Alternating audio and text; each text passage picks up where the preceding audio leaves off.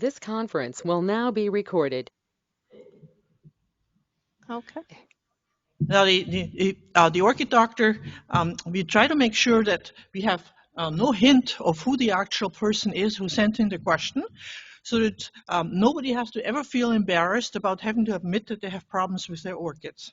So if you have a problem, send it in, and I will try to solve the problem. If it doesn't work, well, what can you do?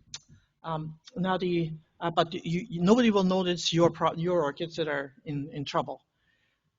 Here's one. Somebody sent in a picture of their ailing orchids, where you have all these blotches of yellow blotches, and they eventually turn black, and the plants themselves are starting to look less and less happy.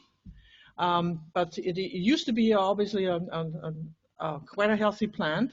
Now this is a typical symptom of the false spider mite. False spider mites are also called flat mites, and they're about a tenth the size of an ordinary spider mite. And they're called false spider mites because they don't produce a web. But they love thin-leafed orchids, and they love succulent orchids. So phalaenopsis are really prone to their damage. And then sometimes you get secondary infections with these the damage that is done because they make all these little holes in the plant, and fungi and bacteria can get into that.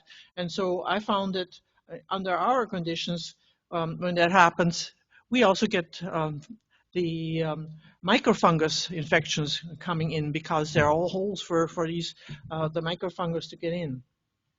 Now, can you get to the next slide, please? Kathy, can you move it? Okay.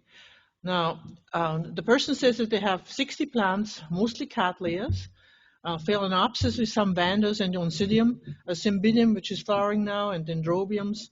And they say that most plants flower regularly and do okay, but in the past year, about half of my phalaenopsis have had trouble. They still flower, but new leaves emerge looking perfect and large, and after a while, they start to have yellow streaks and then black spots. I thought originally that I had sunburned them because my sunroom got hot and it is very bright and it faces south. Next one. There's some more of the same sort of damage of other plants.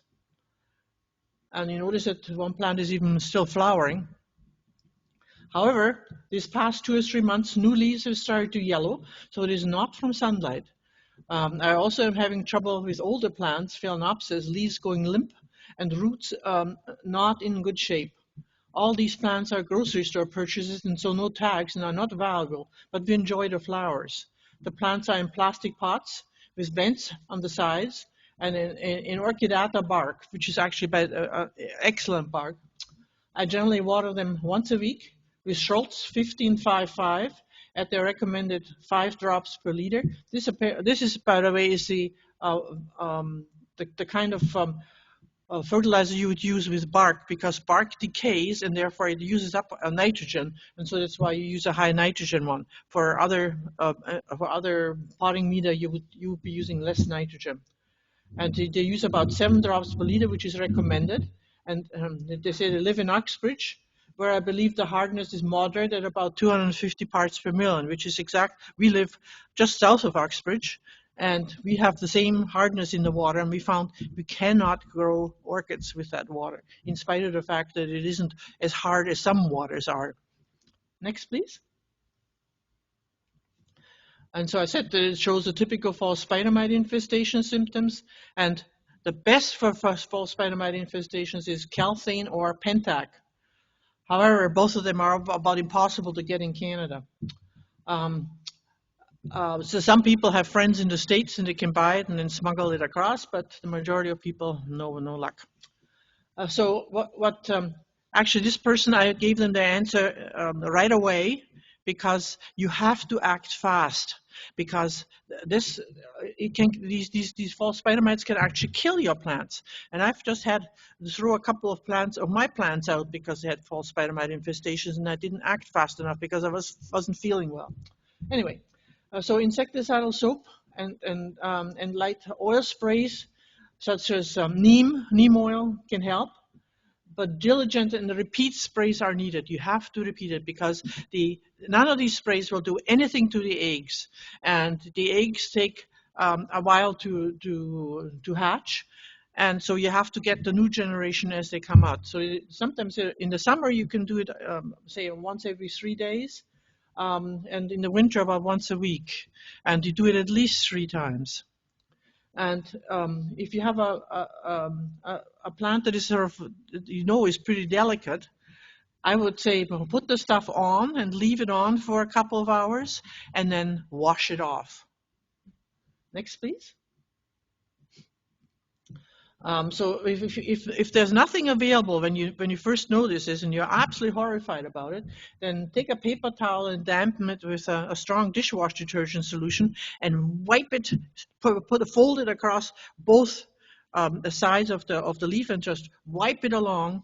And you will probably notice that when you look at the white paper towel, there's sort of a reddish color on it, and that's the bodies of those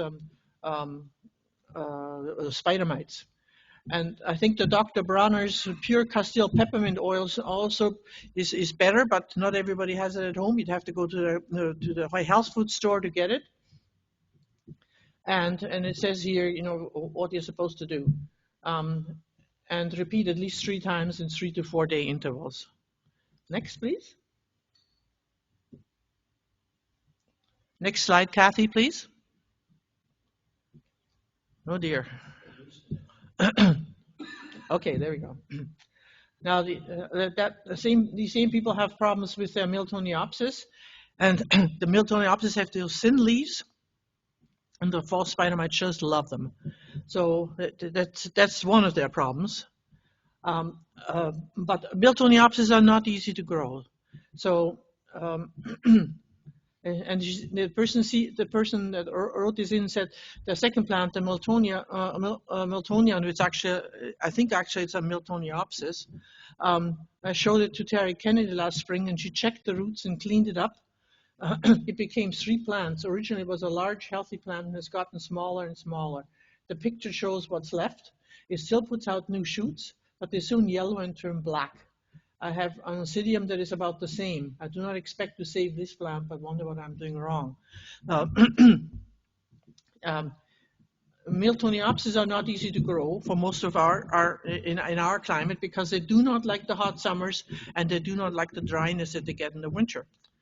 So as I said, you have the spider mites on there as well. You have them on your Phalaenopsis. You'll have them on Miltonias and Miltoniopsis.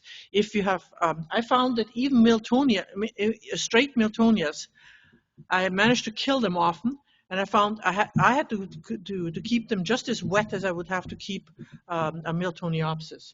A Miltoniopsis must never dry out. And because it must never dry out, the next slide, please. You're going to find that the potting material is going to decay very quickly, and they can't tolerate the decayed potting material. So you have to repot once a year, and the time to repot is when it makes new roots. Remember that, because it is a fussy plant. And I found that Miltonias themselves, I keep them in a tray of water above it so that the roots can get in, and they do just fine. And Miltoniopsis, although there you have to use rainwater for them. They will not tolerate hard water. And again, Miltoniopsis, repot them when the new root starts, because otherwise you might lose them. And this plant in that pot there seems to be just making a new growth, so probably this is the time to repot if it hasn't been in that medium. If it has been in that medium for a year or more. And I found that seedling bark with perlite is the best thing to use for Miltoniopsis, because it keeps moisture in, but it lets air in as well. And as long as you repot it once a year, the seedling bark will not get all soggy and wet and clump together and suffocate the roots. And while you have it out of the pot, treat it for the spider mite, and that way you can hopefully will get rid of it. And you could try adding a little bit of vitamin B1 to it. Vitamin B1 is a great remedy for shock for plants. And what has been recommended to me is to use a liter of water and put a capsule in of what is needed for a human dose. Okay, next please. Kathy, next please. Okay, and then for if you have a Miltoniopsis, the Miltonias are not as fussy. They like it a little warmer, and they're not as fussy about being cold. They do not like to have hot days, and they do not like to have cold days either. They just like to have it cool. So your nights should be 15 degrees Celsius, and your days should be 20 degrees Celsius, and don't vary it all year long. And that is why they're difficult. People say they're cool growing. Well, they aren't. They aren't. If you get it below 15 degrees, they don't like it either. And do not let them dry out ever. I've had them. I saw them in Colombia. Somebody growing a Miltoniopsis in a great big basket. They had clay soil in there, and the plant was doing just fine because they get rain all the time, but not constantly. And the clay held the moisture, and the plants did just fine.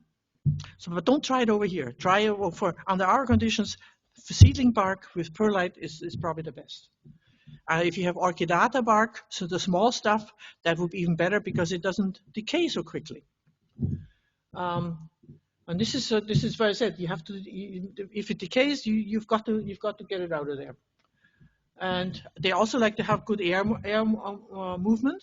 And in nature, what they sit on a mountainside, and the air comes up from below and blows up on them. And this is what they like. But I found that if you just other growers that I found that, because I'm not very good at it, because I keep forgetting to water them and they dry out and then they die. If you keep just the air moving at all times, that seems to be good enough. We used to grow them really well in a basement setup where we had a fan underneath a grid that the plant set on, and they did beautifully well under that conditions. And you have to keep the humidity about 60%. And you could have a humidifier blowing past this, and that way you get both your air movement and your humidity. Next one, please. Kathy? Okay, now that's another question of somebody. This is what the picture is they sent in. And you have all these roots hanging out of the pot, and you have these overpots that are stuffed over the pot. Excuse me, Inge.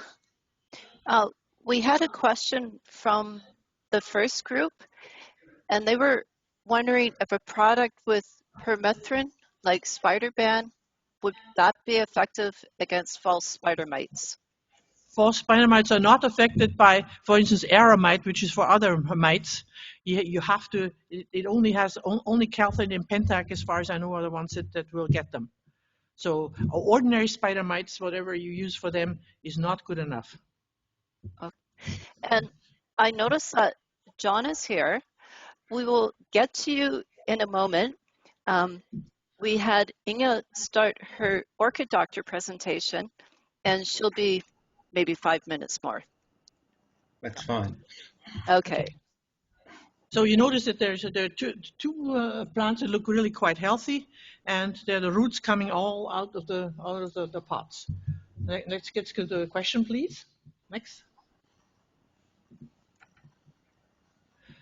And they want to know about the green roots that are shooting out of the orchids, and they get green when you water them. Do I have to cut them off, or do I have to replant the orchid into a bigger pot and put the roots into the pot? Are they bad for the plant? Or do they maybe even collect moisture from the air for the plant? Please let me know what the purpose of these roots is and what I should do about them. So we have a beginner. Okay, next. Now there's 3 reasons why roots grow out of the roots out of the pot and into the air. The first reason is most tropical orchids grow on trees and are adapted to getting lots of air around their roots. So some of the roots are always going to reach out into the air, especially if your air is moist. So the summers in the summer, Toronto air is really quite moist, and so they will come out of there in the summer, but of course in the winter it's not so moist and they're not going to like it. But anyway, if that's the reason, just grin and bear it and leave the roots alone. Next question, next one. Now, when you repot, you can cut the roots to a length that fits the new pot. So, you don't make it any shorter than 6 inches or 15 centimeters, because if you make it any shorter, the root will not be able to branch. You need a root tip to be able to take in moisture and nutrients. So cut them off so they're about 6 inches long, and then put them into the pot. There's no point in leaving them any longer, because when you try to squeeze them into the pot, they will break.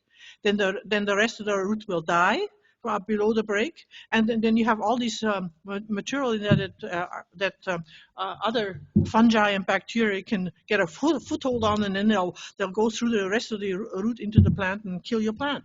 So it's best to do that. And then after you've cut them, many commercial growers don't bother doing that, but I feel that it's better if you just let them sit for a day out in the air to allow that cut end to callus over, so you don't have anything going in there and attacking the plant. And okay. So the second reason why they might grow out of the medium is because the mix is stale and compacted, and the roots are suffocating. So they're not going to put any more roots into there. So they come out on the outside. And the way to check that is to pull the plant out of the pot, check, see if the roots are healthy, and you're going to find that the roots that are in the pot itself are very white, whereas the roots that are outside are green because they do some photosynthesizing. And if they're healthy, well, you just put it if they're not healthy, you just put it back in the pot and forget about it. But if they're not, then repot right then and there. Actually, Phalaenopsis love repotting. And now the third reason could be that the decorative overpot is so tight that there's not enough air that can get into the actual pot itself, because it's cut off by that overpot, which has no holes at all. And I find that some of these commercial pots are really very tight, and the commercial growers, they don't care if your plants die, because you buy a new one. At least the ones in the grocery store do, because they don't have any. Nobody knows who they are, and so they're not going to get a bad reputation with that. So anyway, so if that's the case, then the roots are suffocating, and the roots don't want to get into the pot, and I think that might be the case of what this person had a problem with, because I think the roots are probably not dead, but they're not getting any air, and so they're coming out to the outside. Of course, as I said, more than one of those reasons can apply. Okay. I thought I'd bring a couple plants today. I didn't send any in on the virtual show table. I got a couple that are still in decent conditions after being away for 11 days without water. But we'll probably take the camera and move it next month. But I thought I'd move it to the camera. It's going to be easier this time. And this is one of my Cattleyas. I think it's Yang Yu Red Pearl, which was fairly common a few years ago.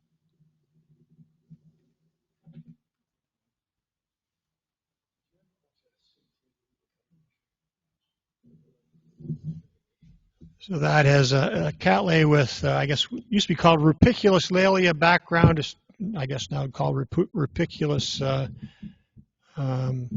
Cattleya, and beautiful red color, fairly easy to grow.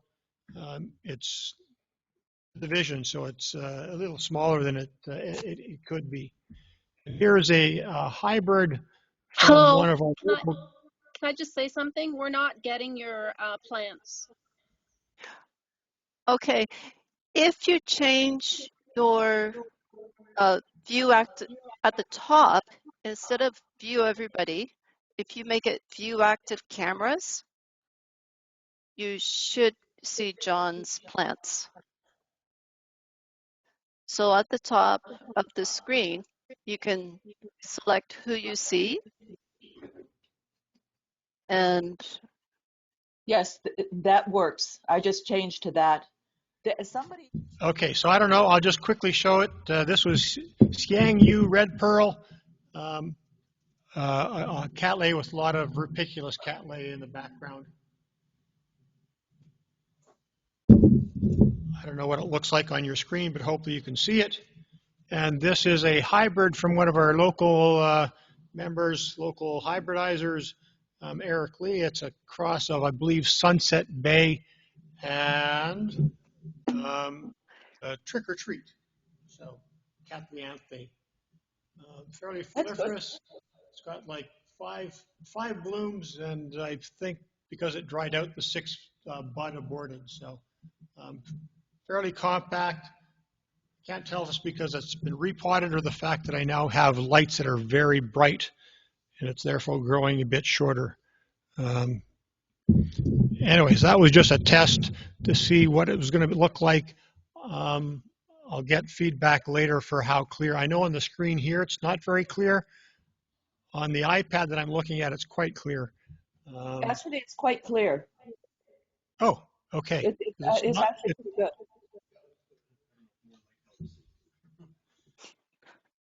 Oh.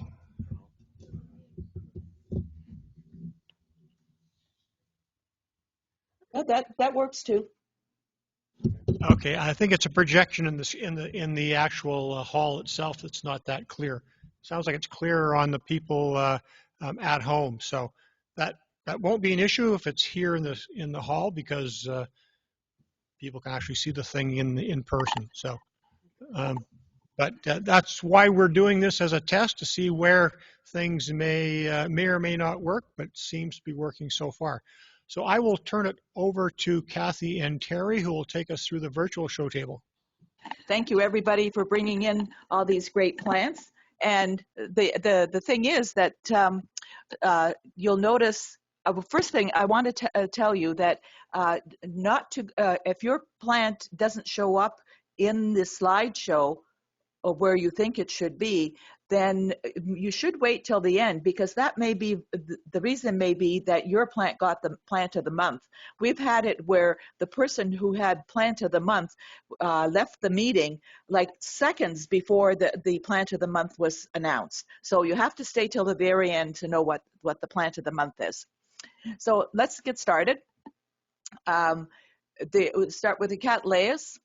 Cattleya intermedia form Aquinii. Now, Aquinii refers to the flares that are on the petals, and a lot of the flaring that we see in the hybrid Cattleyas come from the Aquinii. This is a Brazilian species. Cattleya labiata forma cerulean, blue diamond, grown by Leslie E. And as we all know, photographing blue is very difficult. And he says that this one is blue all over and is bluer in the lip. I think this is a gorgeous flower, beautiful, beautiful, flat, very a large plant, but very worthwhile growing because they have big flowers too. Now he says Leslie talks about the wonky flowers here. This is another labiata.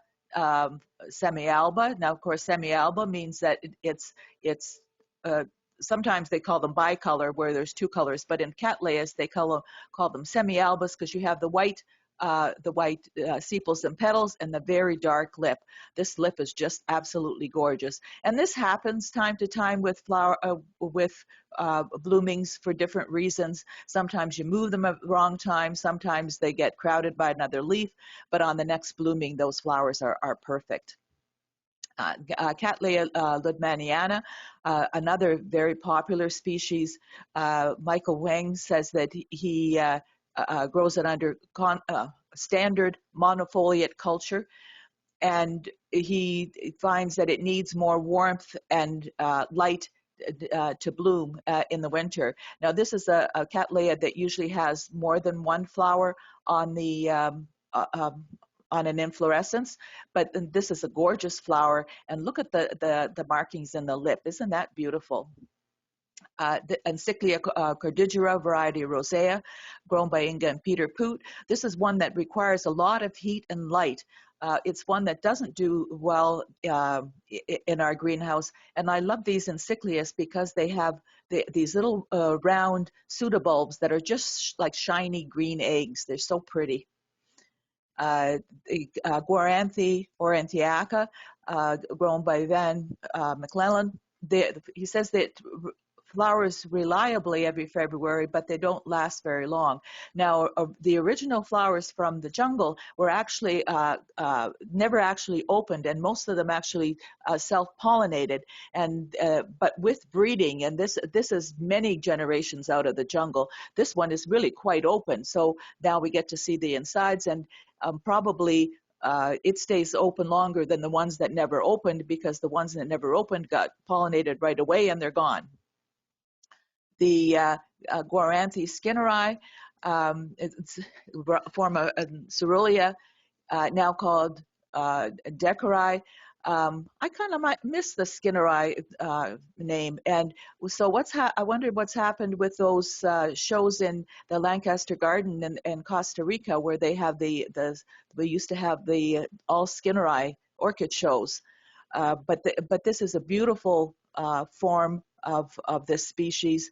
Beautiful lip. Some of them do have bigger petals, but the lip on this one is, I think, particularly nice. Rinculalia digbyana, Sandra Micucci. This is one that requires lots of light and lots of heat. We usually see this one a little bit later, so this is a little early. I love the fringe on this lip, and the fragrance of this is just absolutely fabulous. Anytime that you see a cattleya, a hybrid cattleya, where you see any kind of fringe on the lip, in the background, you're going to find this species. Brassolilia cattleya green bird, CCM AOS, looks like, I have to say I wasn't able to go to judging yesterday, so I don't know what was awarded, but I see that this one did get an award, and I would assume that the CCM was awarded yesterday. This is a beautifully grown plant. This is a time that there's a lot of the nodosa, Brassavola nodosa, and its hybrids bloom at this time of year, and when they bloom, they are very prolific when they're happy, and very, very fragrant at night. Okay, so Leslie says it got 84 points yesterday, so it was recognized. Oops, we went too far here.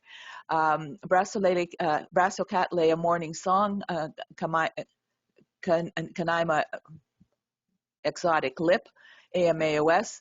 This is This is actually a nodosa cross. BC Morning Glory is a nodosa. It is actually a straight nodosa cross. So nodosa is actually a grandparent here. The Morning Glory has a lip that's usually spotted. And the sepals and petals are much narrower. The Melody Fair has really filled out the plant and really intensified the color. Very, very nicely done, David. Another one of Joe's plants, Cattleya dichoma rubens, one of his crosses. Hawaiian Jewel, Circle of Life. And what have we said about Circle of Life? These big, huge petals come from Circle of Life. And the color is always very nice, very, very pretty lip on this. Looks like a very compact plant, and that's always important. You really don't need plants that gallop across 6 to 8 inch pots. Cattleya Final Touch, Canaima's Rohita, AMAOS. California Apricot by Drumbeat. Drumbeat is one of the classic big purple cattleyas, and crossed with the apricot colored California compact cattleya, you get a much smaller plant, but gorgeous, gorgeous color. Look at the intensity of that lip. One of Anna Goitkin's plants, this is an oldie, Cattleya Irene Finney. You notice there's a date on here because of the reclassification of cattleyas. We've ended up with two Irene Finneys. So this is the one that was that is this cross. This is, I bet, is really, really fragrant. The big purple flowers, and these plants are really quite compact. So they're not the huge growing plants. So, and they produce very large, fragrant flowers. There's a number of clones available. Cattleya Shirayukimi, Tokyo Magic by Mildred Reeves, Elaine McClellan, and he says it's very fragrant, and it grows so well that he's dividing it. That Mildred Reeves is a white with colored lip, very well known breeder, and of course the white with colored lips seems to actually breed quite true. So when you cross those together, you still get the white with colored lip. Tokyo Magic is one that has flares in it, but the flares haven't come out on this one, which really doesn't matter. This is a gorgeous flower. Little Hazel. Now this is a tiny cattleya. We have this in the greenhouse, and I think those plants are no bigger than about 3 inches tall. And but they bloom easily, they grow well. Hey, you always have room for a little guy like that. This is one of Joe's plants. Another one of Yvonne's plants, Trick or Treat, Orange Beauty. Of course, Trick or Treat at this time of year, it seems that it blooms anytime from February to late April and produces these clouds of orange flowers. These often produce lots of new growth so that they quickly grow into huge plants. Ananthlia Magic Wand. Now we have 2 of these, so take a good look and see the difference. This is Yvonne's plant, and see what a grateful plant. There's certain kinds of plants that really like to grow, and all you have to do is just give them a little TLC, and look what happens. Last year it had 1 spike. This time it has 3 spikes, and it's still in a fairly small pot, and it has more flowers per spike too. So there are some plants that really do respond to good culture and to your love. David Bryan's magic wand is quite a bit different. Even the growth habit is a little bit more robust. The flowers are thicker and a little bit different in color, but again, very, very beautiful and nice big heads of flowers, and that probably last quite well because they have that really shiny, hard texture. Cattleya Hissing Boo Lady, Lighted Cat Anceps by Wendy's Valentine. Wendy's Valentine is known for to be a compact red cattleya with a very bright yellow throat. And here, what the yellow throat has been sort of tessellated or veined with red, which makes it even prettier. But lots of flowers, also you'll notice that the longer stems on the inflorescences, that comes from the Lilia anceps, because sometimes those Lilia anceps cattleyas can actually have very long stems before they have flowers at the end. So this is a very good combination of the 2 parents.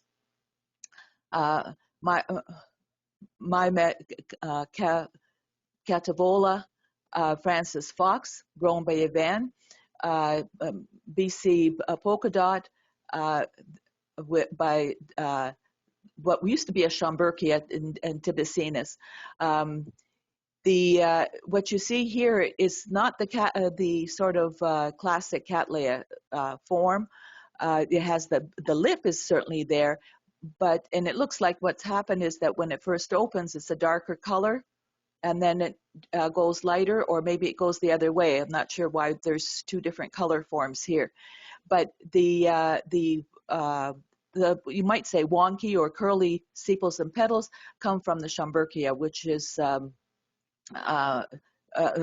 which is really has very undulate sepals and petals, and he says that it smells amazing. And of course, she's hoping for more stems. Well, this is a small plant, and I see there's, I think, two new growths. So next year there should be two spikes. Tavola Golden Peacock, this Richard Mueller by Vitalina. This is a compact plant with lots of flowers. The spotting comes from nodosa way back in the background of Richard Mueller, but I think with a little more light, you could have even more flowers. But very nice. The Vitalina really adds a lot of color intensity to the plant. Another one of Joe's plants, Ringcatlanthe dichomo Caesar, Little Magician with Tropical Aurora. So this is I guess this has gotten to be to the cultural size, where it has many spikes, so it has lots of flowers, and it's very pretty pastel art shades. Now here is real color. Ted and Charlene Kretz grew this one, Ringcatlanthe Catlanthe Starfire, Trick or Treat with rubescence. The Trick or Treat we saw before, it's usually orange in color.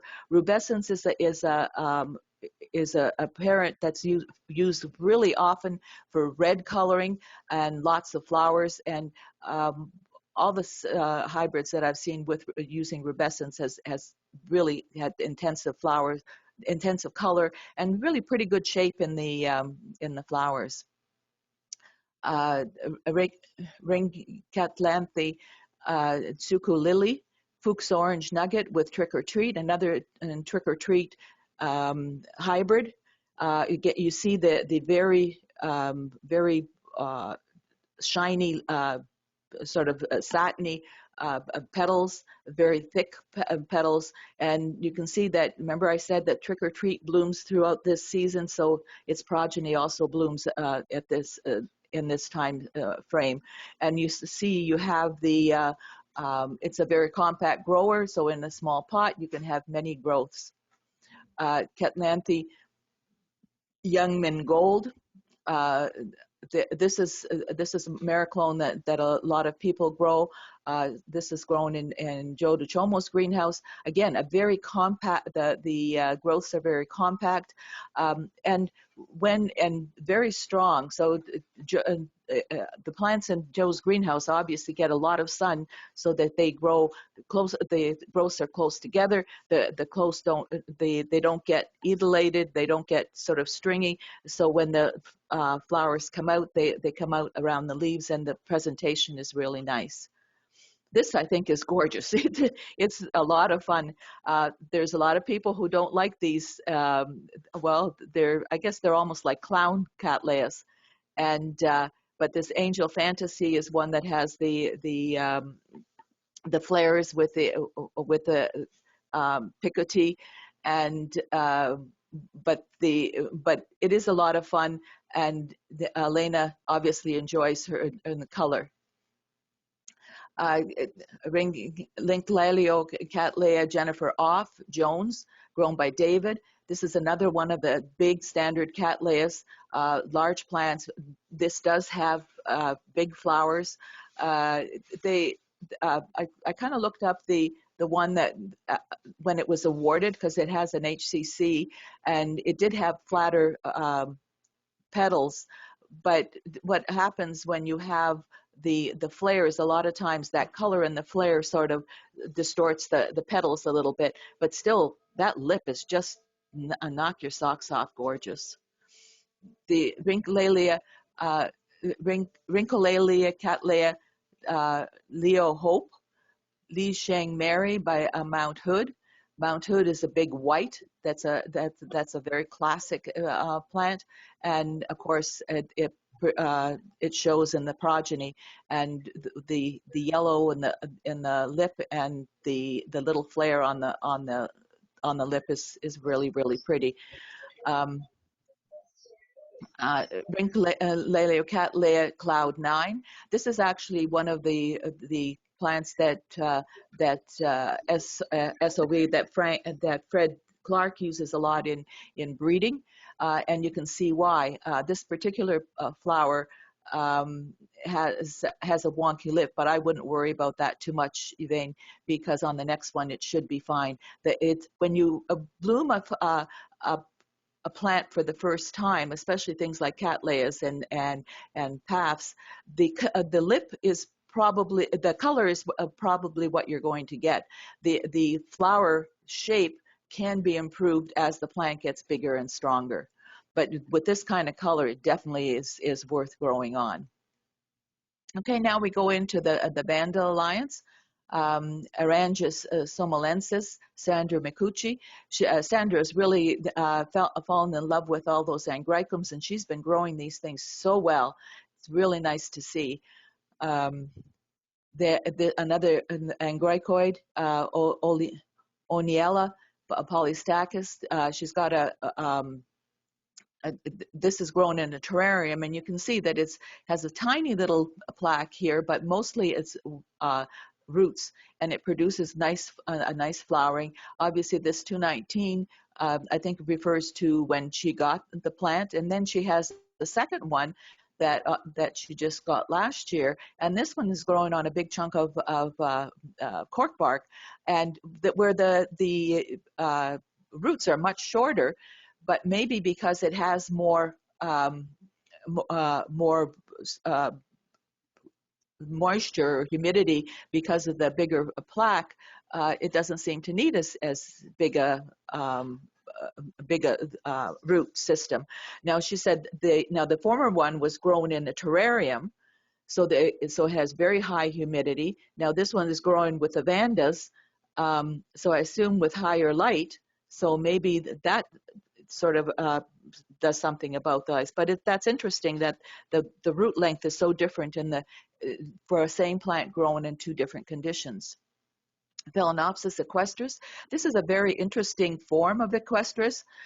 David says that this is supposed to have orange tones. Well, I do see the art tones in this, but for an equestris, this is absolutely superb. Look at the shape, and it's such a full flower, and you have to remember the equestris is one of those that is sequential blooming. So this can be in bloom for months and months and months and months, and it can branch and produce lots of flowers. But this is a very interesting form because the normal form of equestris, of course, is pink and fairly open and sort of reflex. So this is a very good clone of it. Phalaenopsis tetrapsis, bruniola, coffee mate, Leslie always has appropriate clonal names, I think, for his plants. They're very descriptive of the flowers themselves. There has been a lot of interest in tetrapsis because it has so many different color forms, and they've all been named different formas or horticultural forms, but they are very interesting. And of course, he says it flowers all year long. That's because it's sequential, and it's one of those ones that never have a lot of flowers on a stem open at the same time, but it keeps producing buds. Rhynchostyles gigantea. If you want fragrance, you have to grow one of these. Cynia tan grows not only this form, but also what they call an orange form, and again, very fragrant. And as we learned last month, that she grows them in a container that has some potting medium in the bottom, but most of it is just the Spanish moss. So there's lots of air around their roots. These Vandas and Rhynchostyles and that whole group really like a lot of air around their roots to do well, and of course lots of heat and light. Sandra has another Vanda sandriana. It's a Sib cross. Now we've seen, I think we've seen at least two other ones of Sandra's. Either that, or she's got these sandrianas blooming several times a year. Ours usually just bloom in the summertime, but this is a very nice clone. And in Vandas, whenever you have this tessellation in the bottom half of the flower, you can tell that that's where it comes from. This Sandriana, and even those that don't have are usually have Sandriana in the background, because Sandriana is about the biggest flowered vanda and the fullest flower, so it comes in all of the vandas that we grow. Phalaenopsis, this is one of the nonames, as we call them. Excuse me, Lance, please. Sorry about that. Let's go back to that. Where are we here?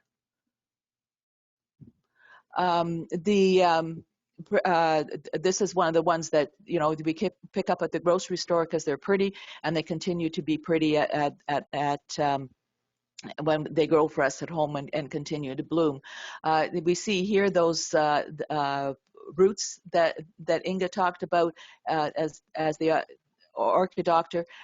Happy plants almost always have roots that are on the outside of the pot. Leslie E's, Phalaenopsis Jugo Smith, with Yapon Sensational. Gorgeous color. Look at the intensity of the lip. Beautiful picture too, but you can see that what happens in order to get those solid red Phalaenopsis, you get more and more of this red marking, and when they become solid, they run together. That's when you get the solid color of that we are looking for in the Phalaenopsis. Phalaenopsis Qianlong, Little Orange, Nan, Yapan Lopsis by Kuntrati Rarashati. This is a miniature, lovely orange flowers. Plant is probably fairly small, maybe for fragrant. I'm not sure if I might be able to tell you, but it's a very nice thing to grow. Phalaenopsis Everise Blue Angel. This is Purple Martin with Lobii. This is a very interesting cross, and I wonder if that came from Drew over in RBG, because he's been doing some of these unusual crosses. Purple Martin is the blue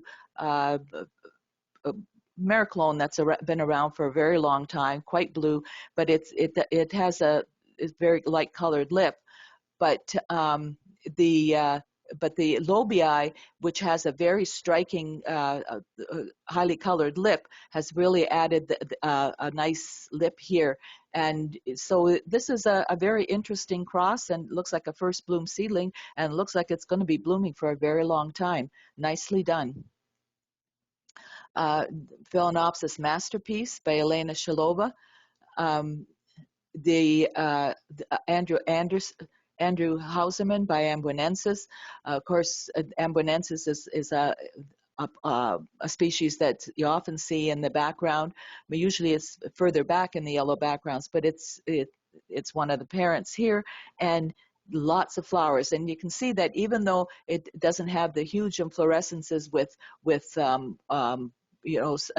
dozens of flowers, you have 3 spikes here at least, and 4 on each, and it produces quite a show. And you'll also notice that Elena's Phalaenopsis always looks so very healthy, and so she's growing them in clear pots, but she's also adding extra holes along the sides. This allows more air to get into and around the roots. Remember, we talked about the fact that orchids in nature grow on trees, so they want air around the roots. It's not just moisture; they want humidity and air. They don't want to drown. They want air and humidity. This is one of my favorite mini Phalaenopsis, Mini Mart. These have been around for a while, but they're not many people grow them. They seem to grow for a while, and then they decide that they sort of, for me anyways, they sort of get a death wish. But this is a beautiful clone, lovely lip, and a miniature plant produces lots of flowers, and well worth growing. Moroccan Sunset.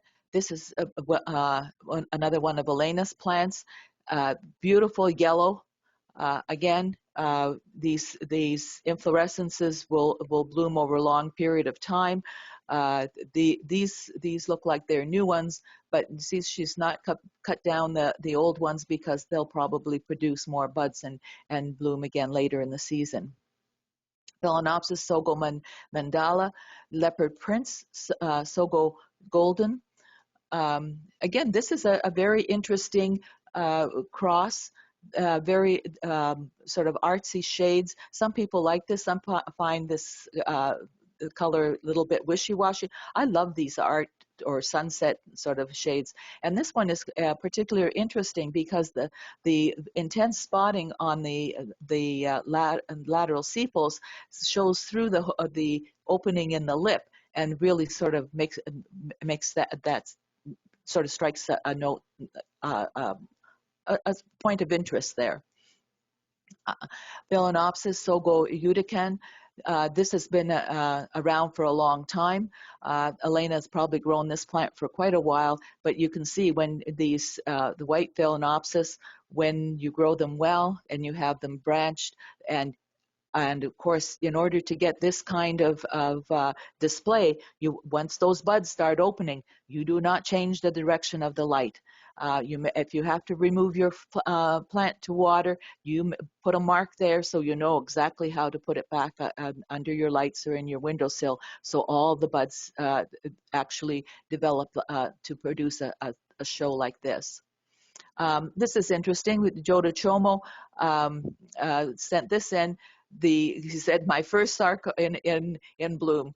I I see where you're coming from, Joe. I only have a couple of the sarks. I think they're gorgeous, but I find them very difficult to bloom. I did bloom one last year, but it was one of those that should have gone into the orchid chuckles, because when I found the spike, it had gone through the grate and it was blooming underneath the bench. But when you get them to bloom, they are really very striking. Okay, now we get to the slippers. Paphiopedilum and Hennesianum Christiansenii, grown by Peter and Inge Poot. This is a gorgeous green and white flower. They're always so pristine looking. And of course, they also have the nice mottled leaves. A beautiful flower. Hirsutissimum forma alba verde, a green goblin. Leslie says, for those of us who are not who don't read about the villains in the comic books, there's one of the I guess monsters or the Avengers or whatever, the villain. Oh, I guess he's a villain according to Leslie, is called Green Goblin. And when he moves around, he has these wings that his mode of transportation. Maybe that's what you need to get around in Borneo over those rainforests. This is another one of Leslie's plant, and it also got an award. It got a CHM. This is quite an unusual form of villosum, which is usually more green and tan in color, and but this red form is really quite striking. Congratulations, Leslie. This I thought was really beautifully photographed. This is a plant that's been around for quite a while. Phragmipedium cardinal, Lisa, Sedenii by Schlemii. Now we've grown this particular plant too, but I don't remember the coloring in the petals there on the inside of the petals, and the lip on this is just absolutely gorgeous.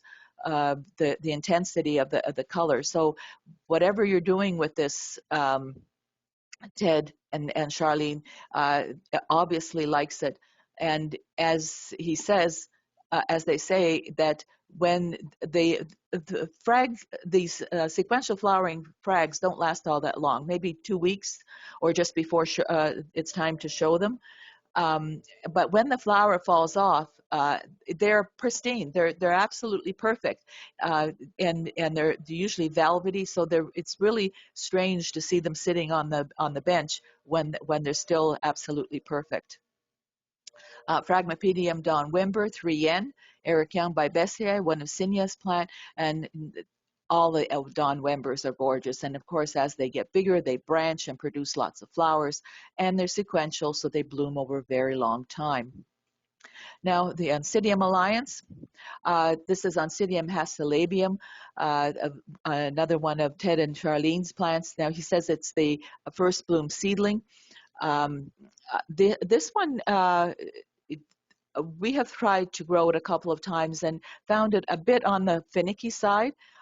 So well done on this, and I hope you keep it growing, because that is a beautiful shape, beautiful flower, and beautiful color. Now you wonder how this is different from the Brassias, because the actual look of the plant, if you were first going to look at it, you would think it belonged to the Brassias, but I guess you have to get into the nitty gritty and figure out what the difference is between the Oncidium and Brassia. But because certainly the shape on this Oncidium is more Brassia-like than Oncidium. Psychopsis papilio, Pen Zhang. Of course, she likes the color. Everybody likes the yellow and orange because it's so vibrant and happy. She says it's very easy to grow and flower. Now, this is one of the ones that flowers for many years on the same inflorescence. You can see here there's an old stem here. It doesn't have a flower now, but it will produce a flower. And even if you break off the tip, it'll branch and produce flowers. With Psychopsis, what I've noticed is that you need to find the right spot.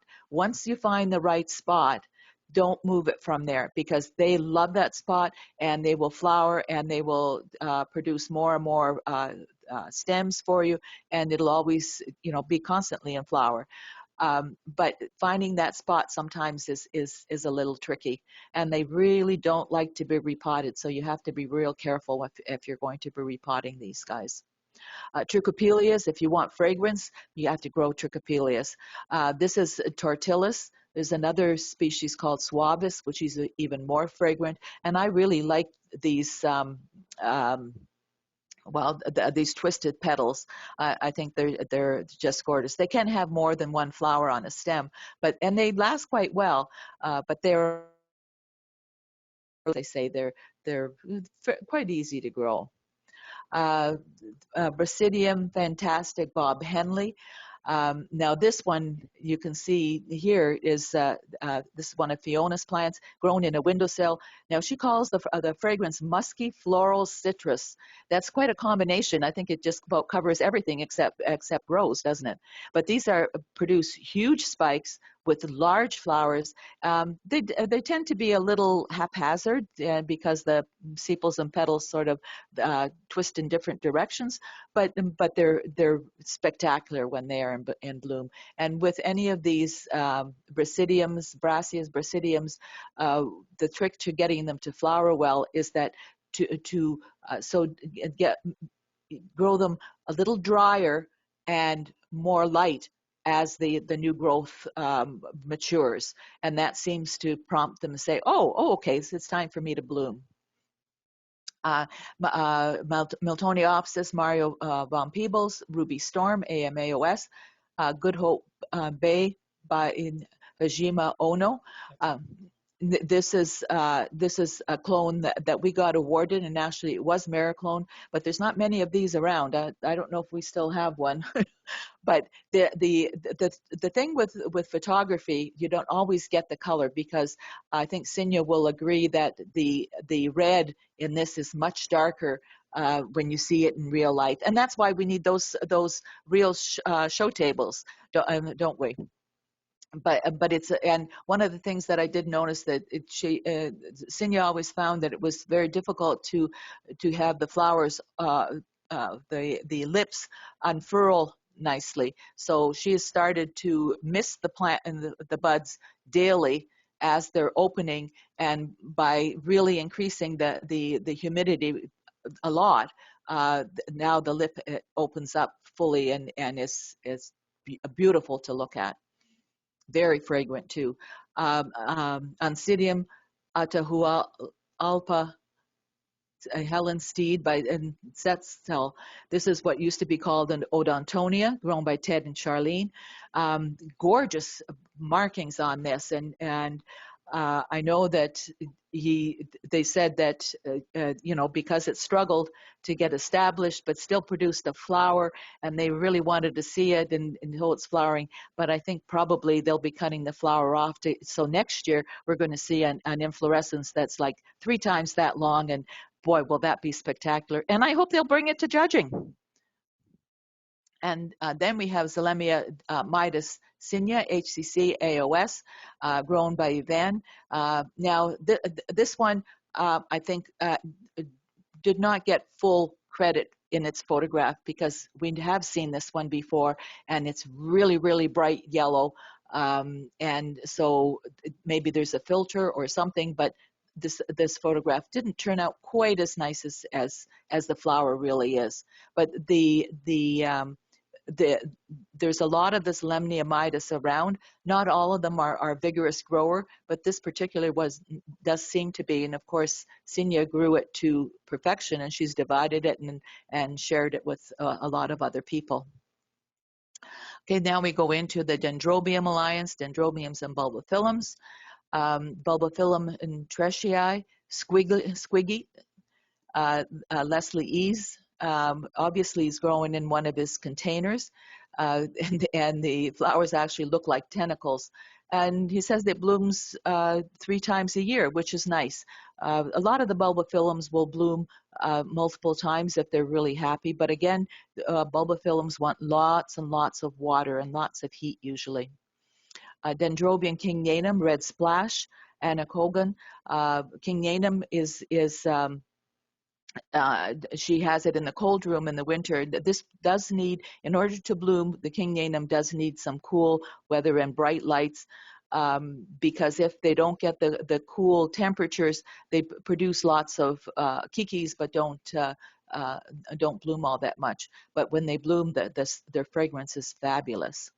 Dendrobium lindleyi, grown by Michael Wang. Now, he says standard dendrobium culture, spring blooming species with dry winter rest. The one thing that I would say, Michael, dendrobiums, there is no standard dendrobium culture. With over 600 species, there is probably at least 300 different ways to grow, different culture requirements for dendrobiums. So with dendrobiums, you really have to know what you're growing, so that you get the results that you want. Obviously, you know that this needs a dry winter, and that will give it that. Something like a Dendrobium phalaenopsis does not want a dry, cool winter. So, but you obviously know your dendrobiums. This is the gorgeous kingnanum cross. Even though the 2 parents are all already hybrids, you can see this is an Australian. It comes from it's a Australian hybrid. And again, you can see the kingnanum in there, and he says it usually flowers for the SOOS show. These Australian dendrobiums are very colorful, and they really do produce a lot of flowers. They don't last as long as some, but are usually very fragrant and a lot of fun to grow. Dendrobium Christmas Chime, Asuka, AMAOS. Eugene McSweeney grew this, and it's one of Mario's plants, and it's grown under lights. Now, this is another one. This is one of the nobly types. Most of the nobly types require more or less a cool, dry, high light winters, and then they produce flowers at this time of year. This is a beautiful one, beautiful shape. Love the marking in the center of the lip. Dendrobium microchip, Atroviolaceum, Synonym Norman Viensi, by Aberrans. Aberrans is a tiny plant, about 3 to 4 inches tall, and so it really, I think probably this was made with the Atroviolation. Usually there's 2 forms that used to both be called Atroviolacea. One was was quite tall, but maybe 15, 18 inches tall, and one that was, they called a pygmy, which was very small. So, and that was now, that's the one that's now called a Normanbiense. And so here it looks like there was I can't tell the size of the plant, but it's it's a hybrid and very easy to grow. And like a lot of the Atroviolaceae group, Negro hirsute plants, they have a lot of the coloring is on the back of the petals and sepals because the flowers tend to be nodding, but that's the way they're supposed to be. Dendrobium, Nost 44, P. Tida, Smile, SGY. This must be a what we call a trade name because this is not does not follow the notation that Q requires for registering hybrids. But this is grown by Connie and Milton Carlton. And again, you can see the Kingnanum in the background, probably quite fragrant, lovely delicate scent, as they say, and the south window, and they grow quite well. And you can see that they can produce kikis, and that's the Kingnanum in the background. Dendrobium roy tucanuga.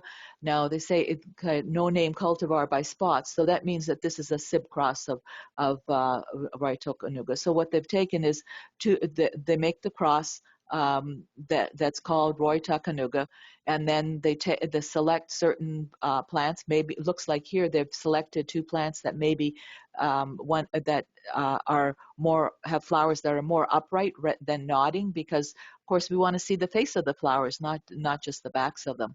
So they've crossed two of them together. So because they're both Roy Tucanuga clones, it's still a Roy Tucanuga, but it actually is a different mix of genes in this case. Symbidinae and Catacetinae. This is Michael Wang's Goringii Fuji no Yubei.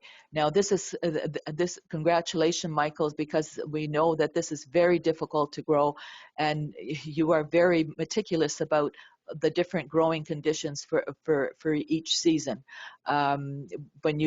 When something requires this kind of dedication, you need to be congratulated for doing it so well. And this is a very pretty flower. Cloaceta Jumbo York, Cloacea Rebecca Northern, Catasetum Orchid Glade. Now this has really gotten the best of both parents. Eugene says he grows these in under lights as the first blooming. The Rebecca Northern is usually light pink flowers with a fringed lip, and produces lots of flowers. Or Catasetum Orchid Glade is a solid red, very large lipped catasetum. And the nice thing about cloacetums is that they last the flowers last a long time. If you have a straight, like the Orchid Glade will probably last, you're lucky if you get 10 days out of it, but Rebecca Northern will easily last 6 weeks. So and when you put catasetum with the cloaceae, you get these much longer lived flowers. And this is the deepest colored one of these that I've seen, and we've seen several of these bloom, and they've all been pretty, but not as intensely colored as this one. This really is a keeper. Jumbo Phoenix, Jumbo, Sinya Tan grew this one. This is, she says it's 10.6 centimeters and very fragrant. The pseudobulb is, I think we saw flowers from this earlier, is 45 centimeters tall. And this is the fourth flowering without leaves. Now I want to know, Sinya, you are a waterer, I know that. How can you resist watering? If it has no leaves, then how can you resist watering this for this length of time when it's producing flowers? Anytime that our catasetums start producing flowers, I have to hold Doug's arm so he won't water them. So but when you grow those big pseudobulbs, they really do reward you with lots of flowers. Cymbidium Fatal Beauty, Hatfield, Sinya's plant. This must be one of the plants that we got from George Hatfield when he was here a few years ago. It must be 3 years ago now. And that is really nice. I love the really dark lip. And another one of George's plants that Sinya grew, Snowball Hatfields 4N. Sarah Jean by Insigne. Now, Sarah Jean is already a nice white, but it tends to have pendant inflorescences. Insigne has upright inflorescence, so maybe that's part. Well, they are staked, but also it helps that the other parent has upright inflorescences. Okay, now to miscellaneous. Silogeny tomentosa. Connie and Milton grew this in the south window, and they realized that this was mislabeled, and Inge helped them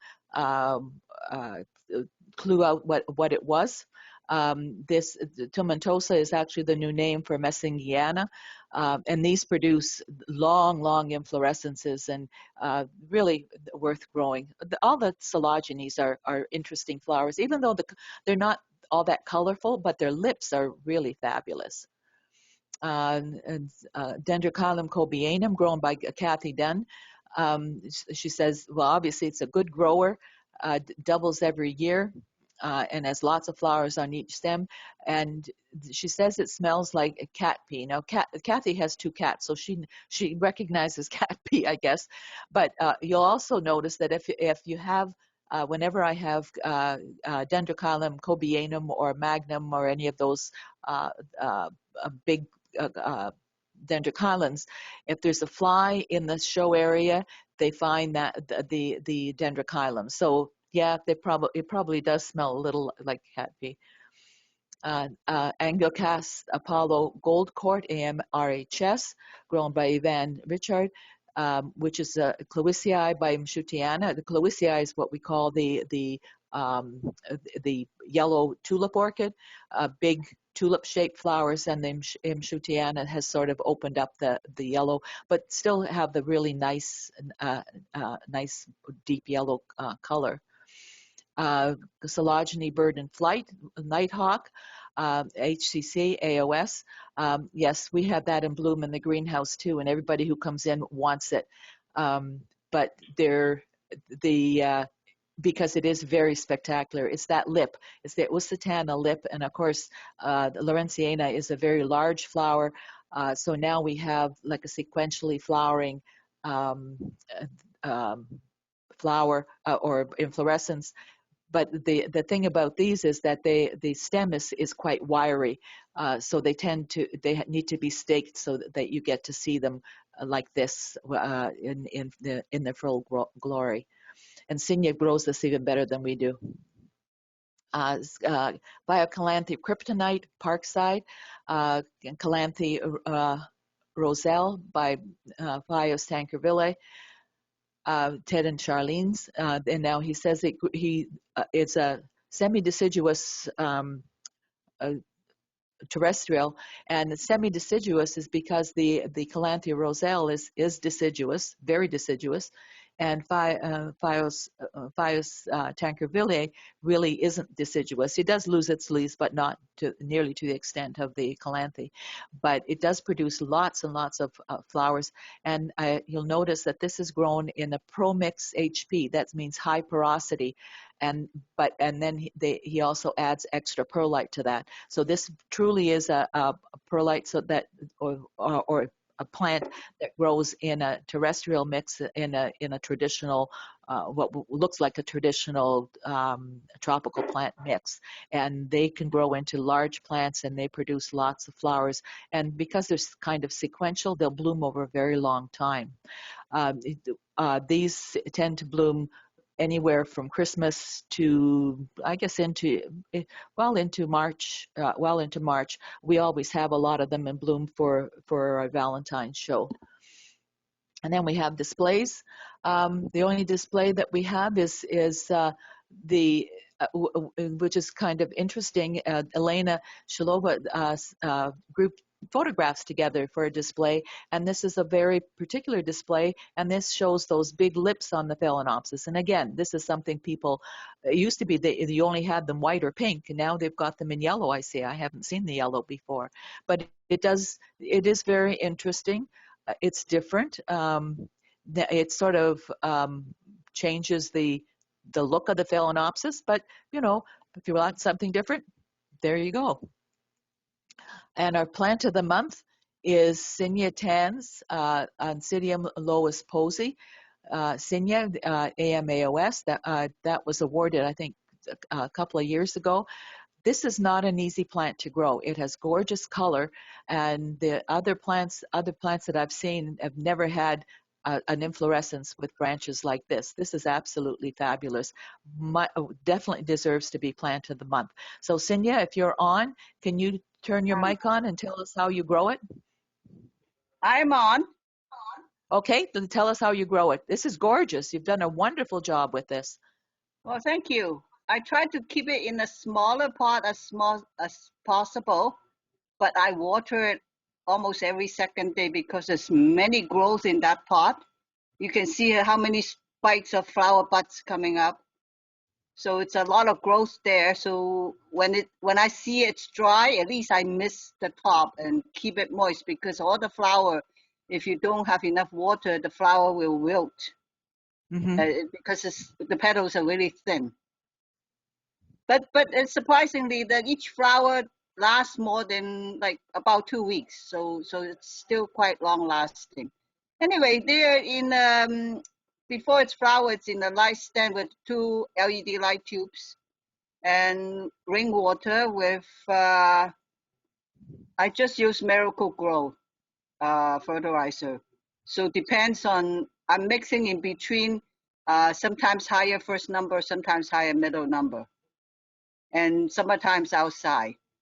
And when the flower is that tall, then I put it at the windowsill, but there's still a LED on top to give it supplemental light. So that's about it. Anything else you would like to know? Well, it's beautifully done. Well done. It should have been at judging yesterday. It's already awarded. Yes, but if it would deserve a cultural award. It doesn't have a cultural award with that many flowers on it. Anything with Noslianum in there is difficult to grow, though they're not easy to grow. So to get that many flowers in a healthy looking plant like that is quite an achievement. Oh, thank you. I didn't find this one difficult. You don't find any of them difficult. No. Okay, so while you're here, do you about that Jumbo York? Have you not? Do you not water it when it's in flower, even though has 4 flower stem on it? Plant, the first 3 spikes, all the leaves are still on, and then it's about time it should go, and all the leaves fall off. But the plant doesn't want to rest. Still wants to flower, so that is the strange part of this plant. It never happened before that when all the leaves fall off and still wants to flower. So it wants a lot of nutrient in the bulb that store that I still want to come out. So anyway, when it's go ahead. Pardon? When it has less when it has no more leaf, I watch the medium. I do still water them sometimes. Like at least okay. I don't let it bone dry and leave it like that forever. Well, actually, I think it was Mario said that somebody said that if your watering is right, now does it have a new growth coming yet? Not really. Not really. But the flower spike, if you don't water it, the flower will be affected. Yeah. But if everything fall off, there's no leaf, no flower, then I watch the watering. I still don't let it completely go bone dry, because you have to give it some water for the bulb to come out with a new baby. Yeah. Well, whereas Fred would say you don't water it at all. Well, I've been growing for more than 20 years for this type, and I don't completely leave it out of water for months. No. never. And that's why you get those big pseudobulbs. Oh, that is after it starts growing, you have to put a lot of water, lots of fertilizers, lots of light. Everything is a lot, and then I put slow release too on top of the regular fertilizer mix into the water. So you just give it a lot. It just grow like vegetable. Kind of. Well done. Thank you for the thank you for telling us about the plant of the month and the extra information on your catasetum. Oh, thank you. You're welcome. Okay, and thank you for all of you who sent in photographs. Great job. And hopefully next month you can bring them into the TBG and we can look at them live. Now we do have, remember that we do have this section called Orchid Chuckles where, you know, as I said, sometimes plants do funny things, and so share them when you come and find your plants blooming through the bottom of the bench or through the bottom of a pot when they're not Stanhopias. And here's something that's one of that Sue Loftus made. She's been making gnomes, as some of you know, and this is our springtime gnome, springtime orchid gnome. So it's something a little bit new. And thank you and a big thank you to this month's judge. That was a huge job. Very well done. Each month we have a different judge doing the judging, putting the ribbons. Well, Kathy puts the ribbons on, but the judge chooses the placements, and it's a job that I find people take on with relish, and everybody's done such a great job. Thank you very much to this month's judge and all the other ones that are going to be called on in future months. And I think that's all for me. And I invite you to bring your plants to judging on April 2nd at the TBG for the monthly Toronto Judging Center. Back to you, John. Thank you very much, Terry. Thank you very much, Kathy, for putting all that together. I must admit, I never cease to be blown away by Cynia's plants.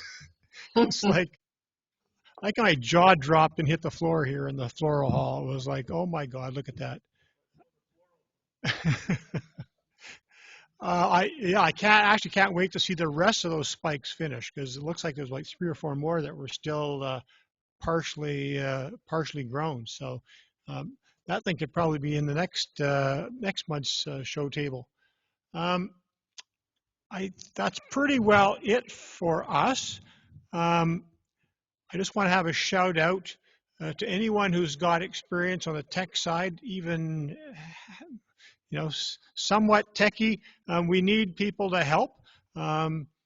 Max behind me has done an incredible job of setting us up for these hybrid meetings. He's not going to be able to be here all the time.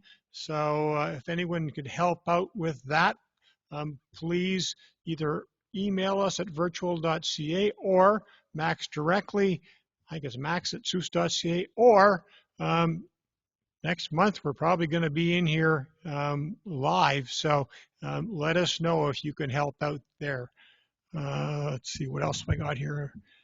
I think, oh yes, so if you've missed the virtual show table, this one or others, you can go back and watch them on our SOOS YouTube channel. There's a link on our website, so look out for that. I think we probably put it in newsletters as well. Let's see, for the next show table, the dates I believe are March the 20th to March the 30th for the virtual. And of course, on April the 3rd, we're going to be in this hall, hopefully barring any other disasters, and you can bring your plants in and let people see them for real. I'm certainly looking forward to that. I just hope I got some plants I can actually bring myself. But I'm looking forward to others that I haven't seen for a long time. I don't know if anyone else has anything. We would like your feedback, how this hybrid meeting has gone, so you can probably do that as an email through virtual@soos.ca, or contact some of the execs directly if you'd like. From my experience here in the hall, it's gone very well. I must admit, sitting out there, I've sat at the back of the hall, the front of the hall. The sound is great, which it never was in the past. And even, all the way from Australia, it came through well here. I hope it came through well for you people online. Let us know. We're going to try and have the best of both worlds, virtual and in person, going forward. And if you guys have any comments, you can speak up now. Otherwise, we're probably going to sign off shortly. But thank you very much for attending today.